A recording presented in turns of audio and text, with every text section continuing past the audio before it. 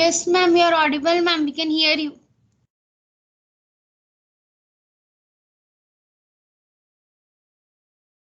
Okay, I'll just wait for another 2-3 minutes. Thereafter, we'll start the lecture. Let others join in.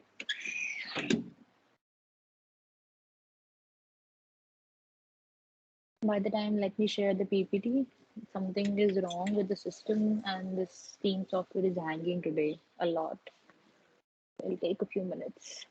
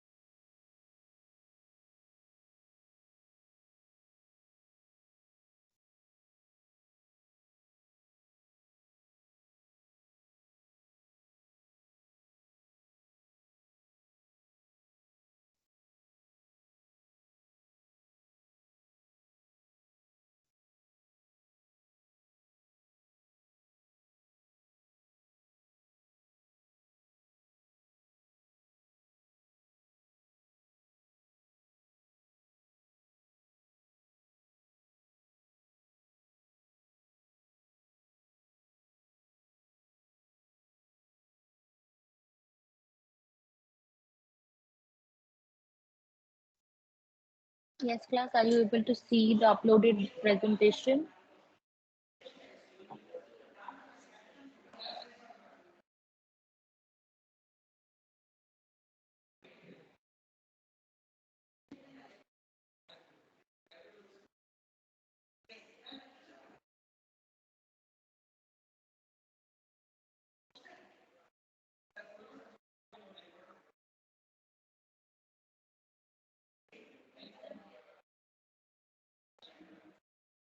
Class, am I audible?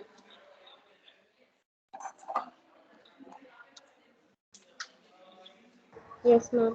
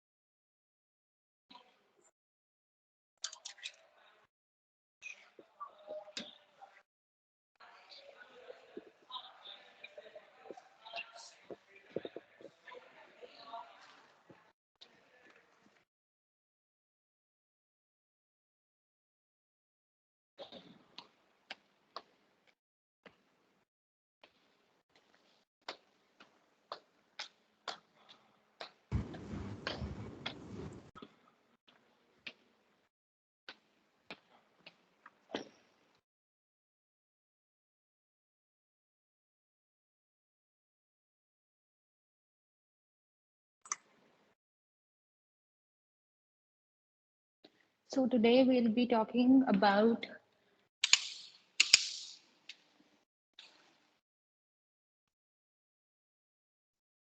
General Assembly.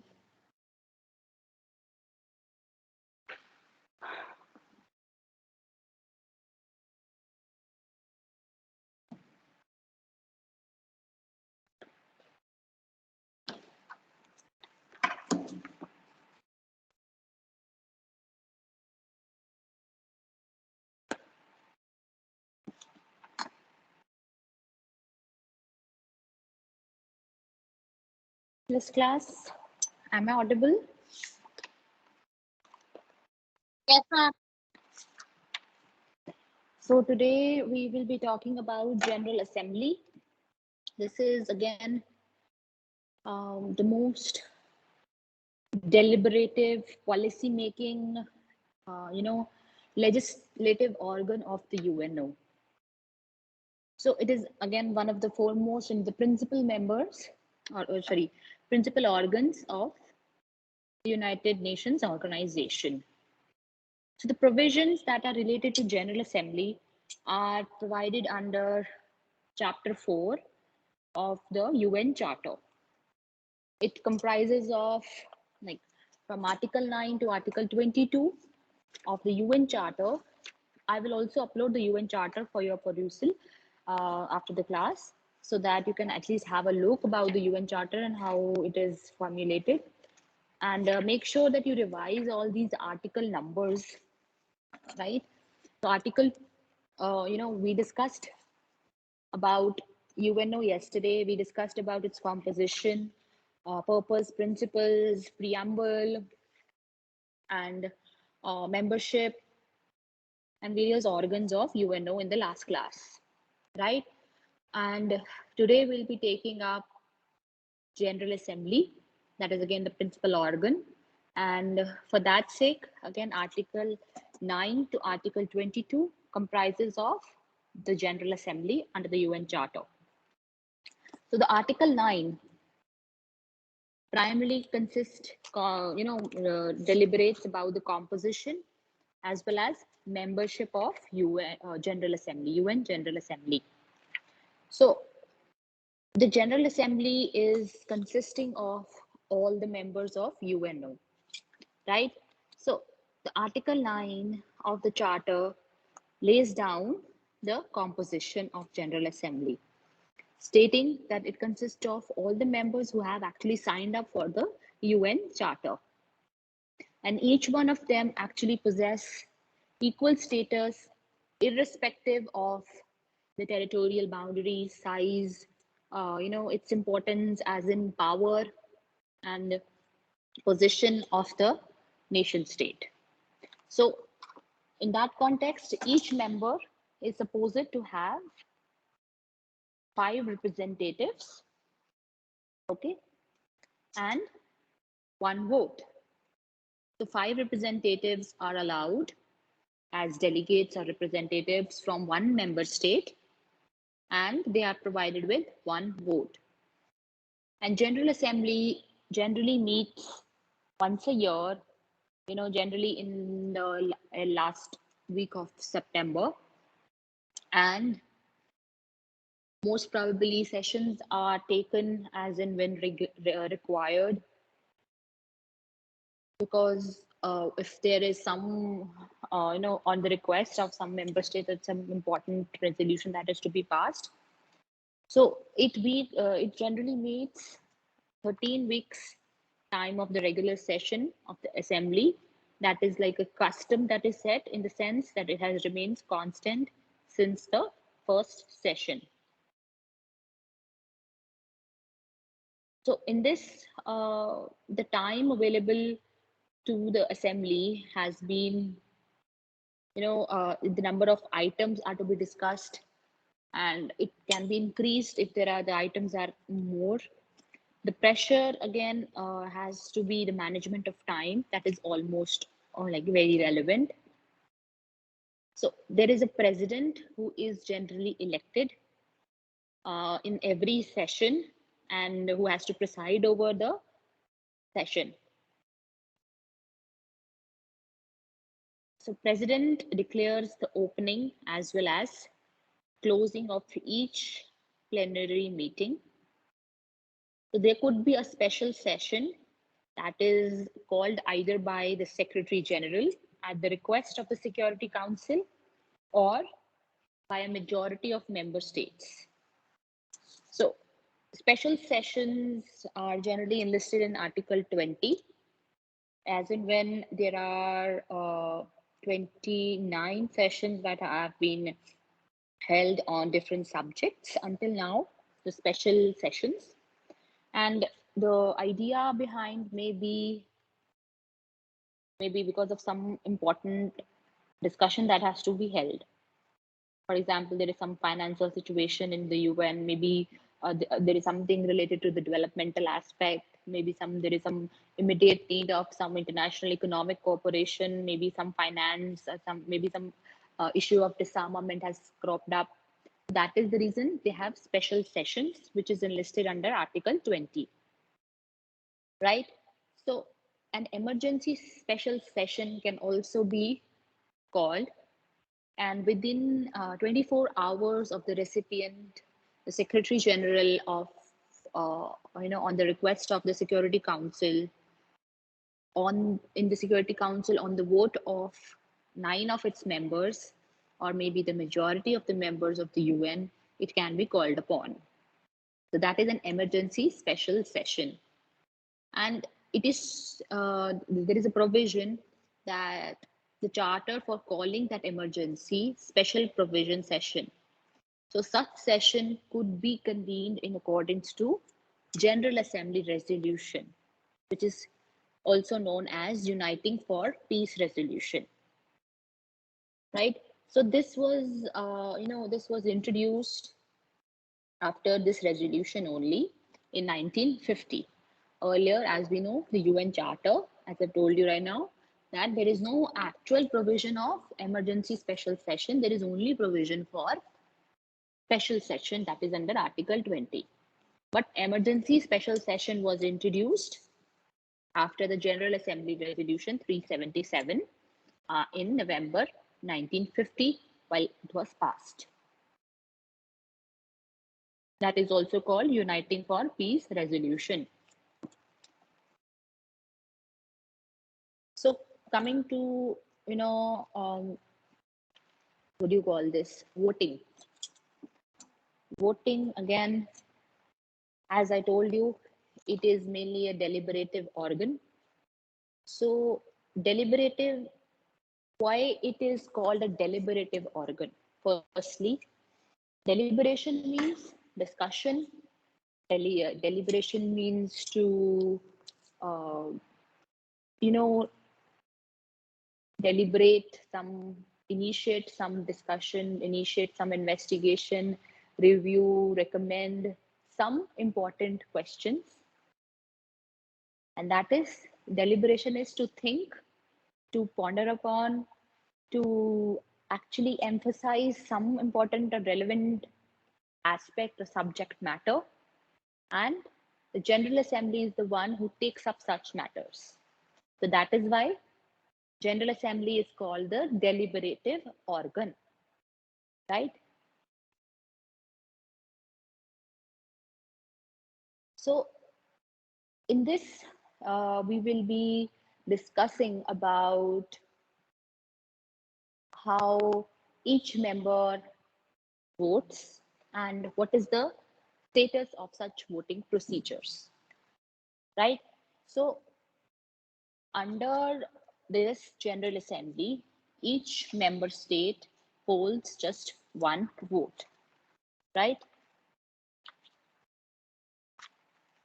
So in one vote, there are 5 representatives by each nation state, as I've just told you about the composition, right? And thereafter, decisions that are important requires 2/3 majority of the members present and voting. So the questions that are relevant in this particular deliberation or discussion are in respect to maintenance of peace and security of the international community, and maybe the election of non-permanent members to the Security Council, right?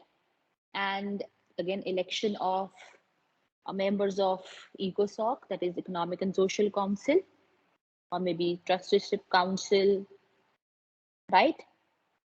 And also under there is a deliberation of admission to the new members of the United Nations, maybe suspension and expulsion, and also questions related to the trusteeship system or budgetary questions.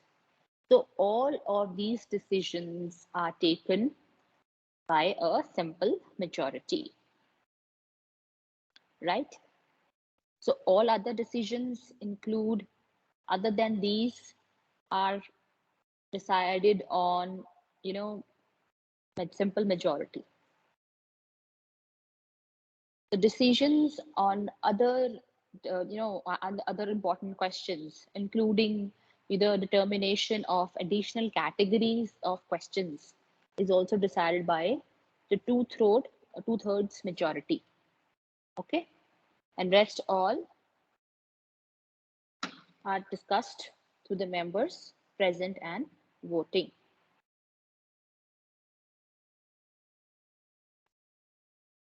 Is it clear, class? Any questions on the voting procedure?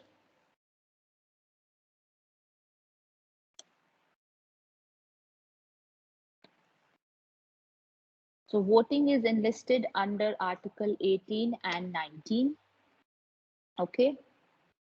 And after this, we'll talk about the procedure.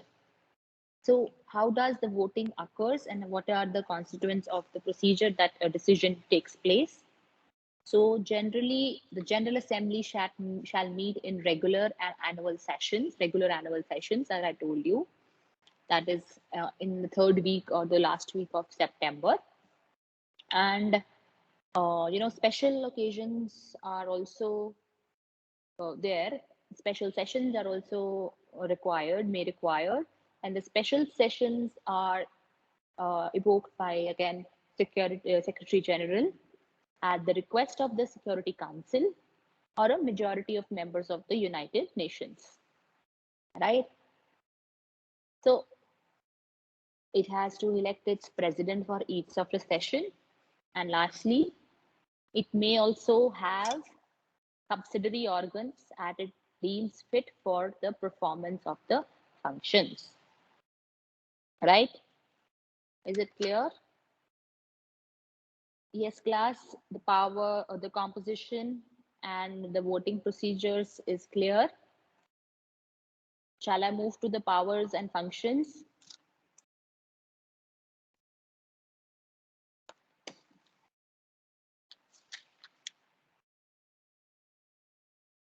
Yes, class, am I audible?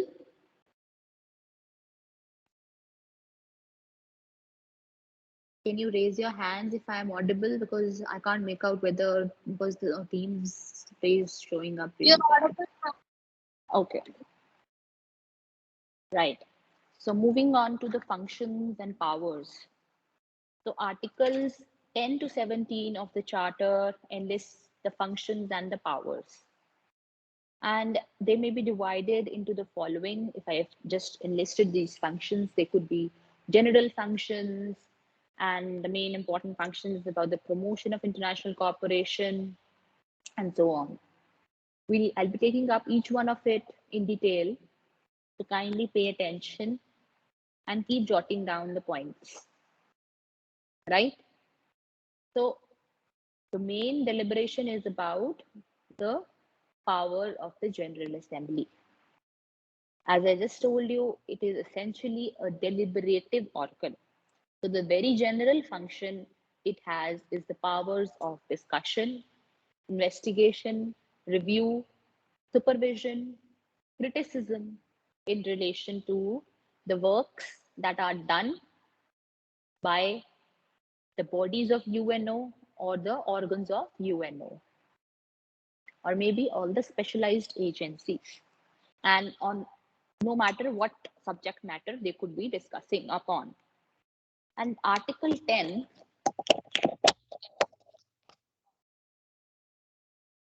providing that Assembly has to discuss any questions that are within the scope of the charter.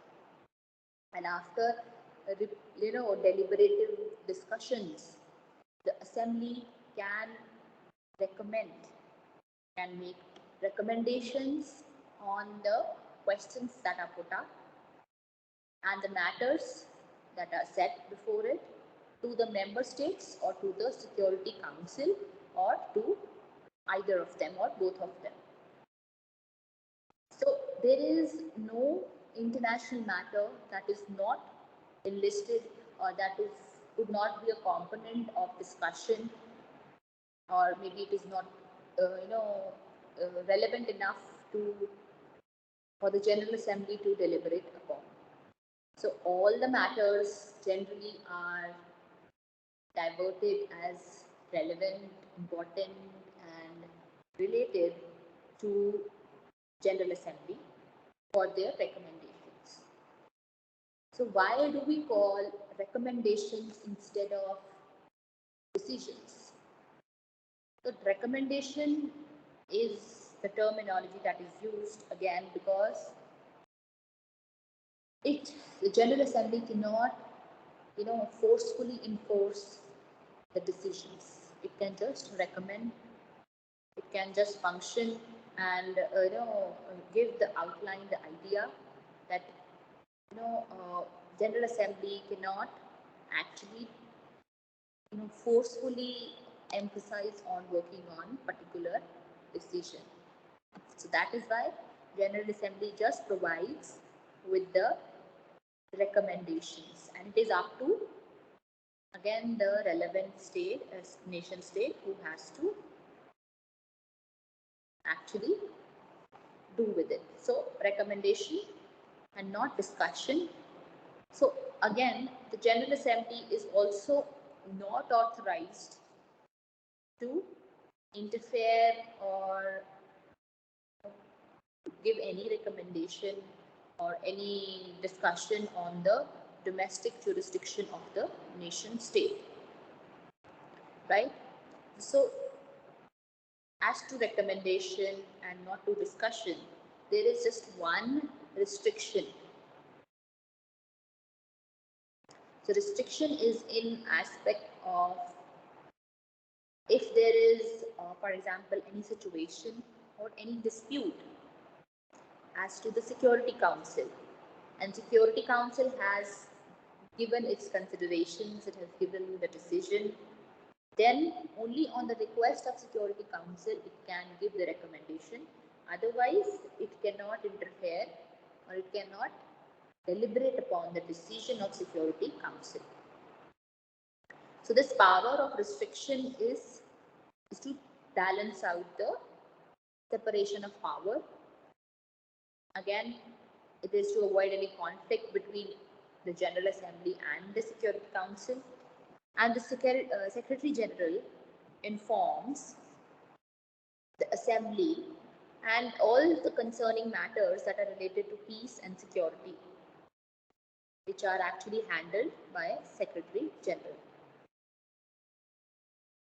So when the Council has ceased to deal with these matters, the Secretary General informs the Assembly and also to the member states that the General Assembly could not be in session.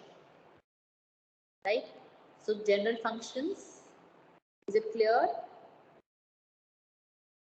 There are just two, exceptions to it. That is, again, first is about this that it cannot interfere with the domestic jurisdiction of the nation state, and second is about that it cannot give its opinion or recommendations on the decisions taken up by the Security Council unless and until Security Council wants it to provide for such recommendations on any situation or any dispute that has come forth to the Security Council. Right, class? Any questions until now?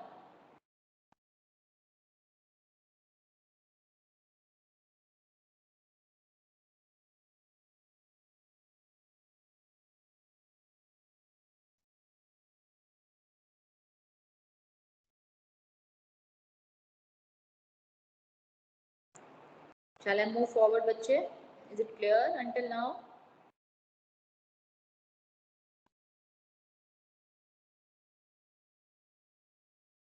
So the second function is again promotion of international cooperation and how to promote international cooperation. Article 13 of the Charter has conferred the Assembly that it should specifically initiate studies, initiate discussions as to make recommendation to promote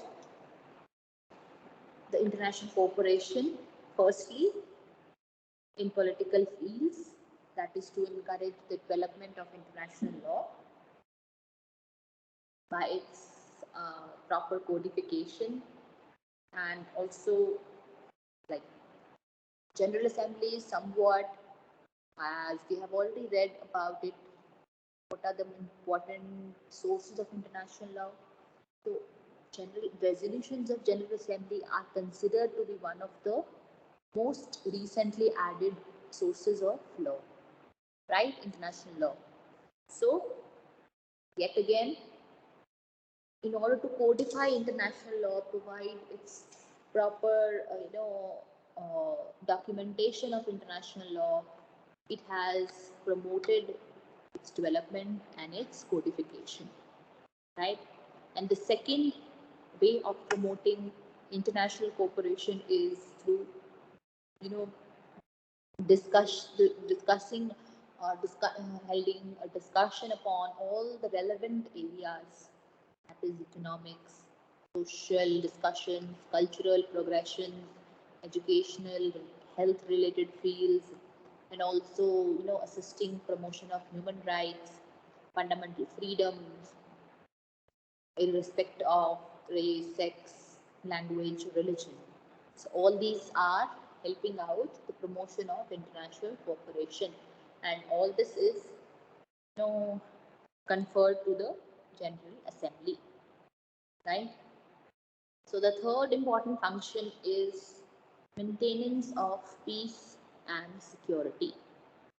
So this is again one of the most relevant aspects of any international organization that has formed up, that is universal in nature, that is to promote, maintain international peace and security. and it is also the primary function of the principal organs of UNO, right?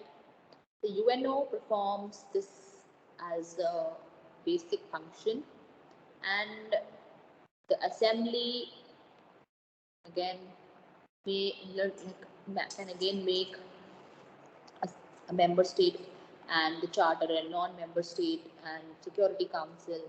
So addition of new members is also a task that is conferred upon the General Assembly.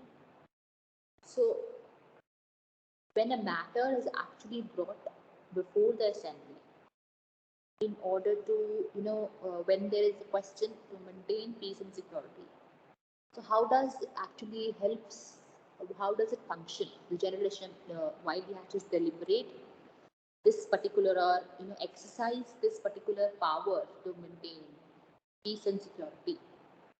So there are three ways to actually work it out or emphasize on maintaining international peace and security. So the first is by initiating a proper discussion. So Article 11, the Charter, discusses that if any question that is related to peace and security is again started or had question, there is a deliberated upon, so such a discussion has to be brought to the General Assembly by any member of the UN, or maybe by Security Council, or maybe by any non-member of the UN under Article 35. So, initiating the discussion is the very first, step or way to actually discuss and promote and maintain peace and security at the international arena. Second way out is by making recommendations. So the assembly, after discussion, has to make or may make recommendation on the question or the subject matter that is related to maintenance of peace and security to the relevant states or the member states or to the Security Council or either or both of them. So that is again to emphasize and provide a proper resolution through recommendations. So Assembly has actually recommended various settlements and various has actually helped to maintain and discuss such occasions. For example, there was a dispute in the case of Palestine and Namibia in 1981. The recommendations were made, and there were discussions that were held in order to resolve, and resolution were provided by the General Assembly. And however, the recommendations at times may not be made by the Assembly that are the matters that should be actually deliberated by the Security Council, and has the jurisdiction or the consideration is under the Security Council.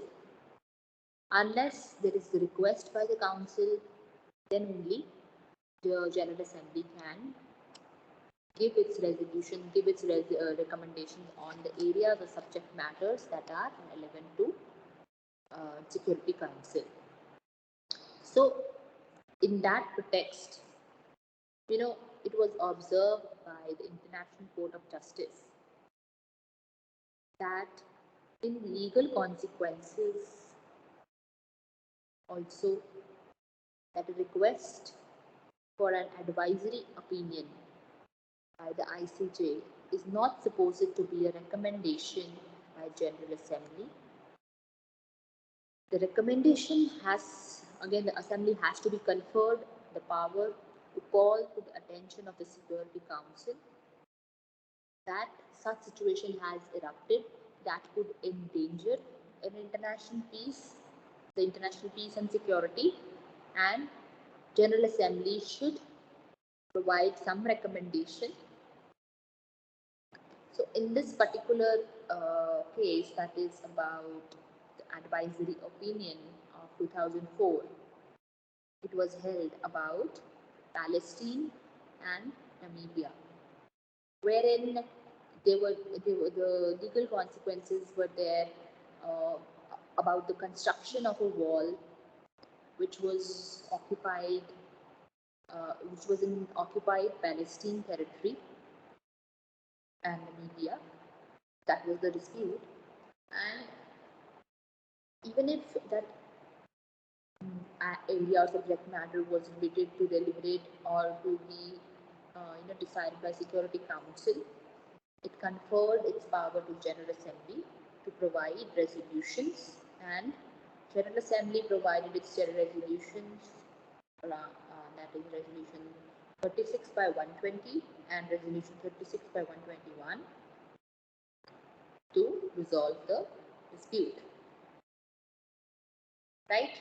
So, thirdly, another important way out, or you can say method, or way to initiate or pursue maintenance of international peace and security is by taking collective measures. That is again uniting for peace resolution that I just mentioned to you was a method that was initiated by the General Assembly itself through its resolution, which is not enlisted in the charter, and therefore the Assembly in the beginning was not authorized to take any collective measures for maintaining international peace and security. However, the conflict of interest or mutual conflicts of non-cooperation amongst various superpowers and big powers. So one of the such conflict was that such a rift between the superpowers could not perform the primary function of maintaining peace and security effectively, which was assigned to them by the Security Council. So the result was that the UN's main purpose was again to maintain peace and security, started to break down. So therefore, it was necessary to find a resolution to achieve this, to end even when the Security Council has actually failed to do so due to veto power exercised by the permanent members. So this was initiated while there was a conflict between the permanent members of the Security Council. So there was a need to emphasize and regulate the idea of uniting for peace resolution. So this was actually led by US with support of France and Great Britain, and the item that was proposed was uniting for peace before the General Assembly, and that happened in 1950 in their 5th session, and it was adopted by around 52 votes, right? And there were 3 resolutions that were adopted and that were referred to as Uniting for Peace Resolution, General Assembly Resolution 377, 1950. So the preamble of this resolution has confirmed the importance and relevance of exercising Security Council of its primary responsibility. It also stated that member states have their obligations for the United Nations, or has its responsibility under the charter to provide maintenance of peace and security at the international level. If the Security Council fails because there is inconsistency or there is unanimity between the permanent members, and henceforth there seems to be a failure of maintaining peace and security. Maybe through there is a threat to the peace, or maybe there is some acts of aggression between the superpowers or the permanent members of the UN, right? So the General Assembly shall be considering the matter immediately with a view to make recommendation on that particular area, and also the members for taking collective measures, including cases that are related while there is some breach of peace, or there are acts of aggression, or maybe there is use or usage of armed forces. So such recommendations or such deliberations through collective measures are required when there is a conflict and the Security Council fails to exercise its effective ways to maintain international peace and security, and especially with its there is a conflict between its permanent members, and also there is a misuse of the power to veto, that is power with the permanent members of Security Council. So what happens when such a situation arises, or there is such a dispute? So if the assembly is not in session, so the assembly shall then meet in an emergency special session that is set within 24 hours on the request of the Security Councils, and again that is through the vote of total 9 members of the Security Council, or maybe total majority of the members of the United Nations. So this was about the very important function, that is uniting for peace resolution. So what is the relevance of this? So the resolution that is established through this particular power of General Assembly is to enforce, to take enforcement of 2 important points, that is the validity and the practical utility of such a resolution. So these two are the important aspects that could give the General Assembly the enforcement action, that is again that it could use armed forces in order to maintain peace and security, but that is to be again pretext of validity and practical utility of such a resolution. So as we know, General Assembly is firstly a legislative organ only, it is a deliberative organ rather, but here it becomes an executive organ because Security Council may fail while actually performing its primary function, that is to maintain peace and security. Is it clear? Yes, the third point is clear.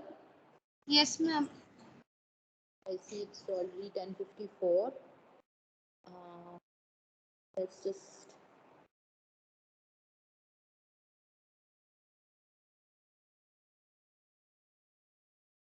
let me take the attendance.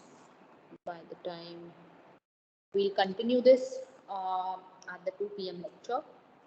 I hope you're following it. And if there is any confusion, you may ask me right now. Yes, if any doubt or confusion, by the time I'll just take the attendance.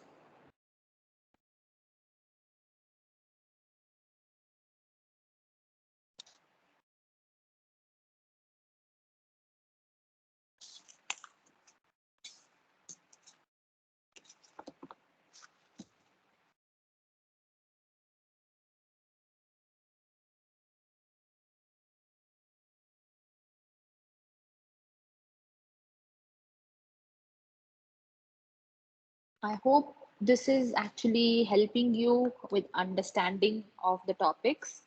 If there is any confusion or any doubt, please feel free to ask me. Are you all following? At least raise hands.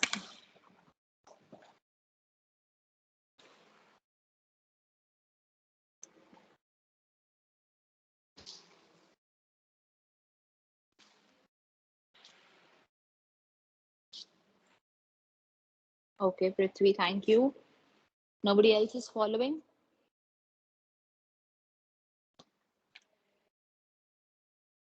Thank you. Okay, बच्चे.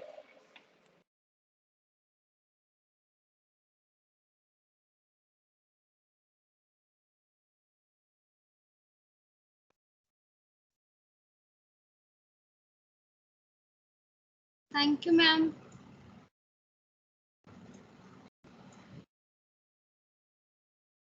Thank you, Prachi. Thank you so much. Let me just download the attendance. It is again showing up.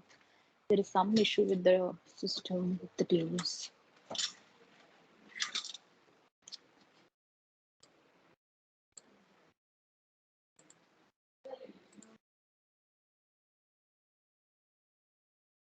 Okay, बच्चे, I have taken the attendance. Thank you all. And I will see you at 2 and we'll continue with this particular topic. And if possible, we'll start with the next, that is the Security Council. Thank you, class. Thank you so much.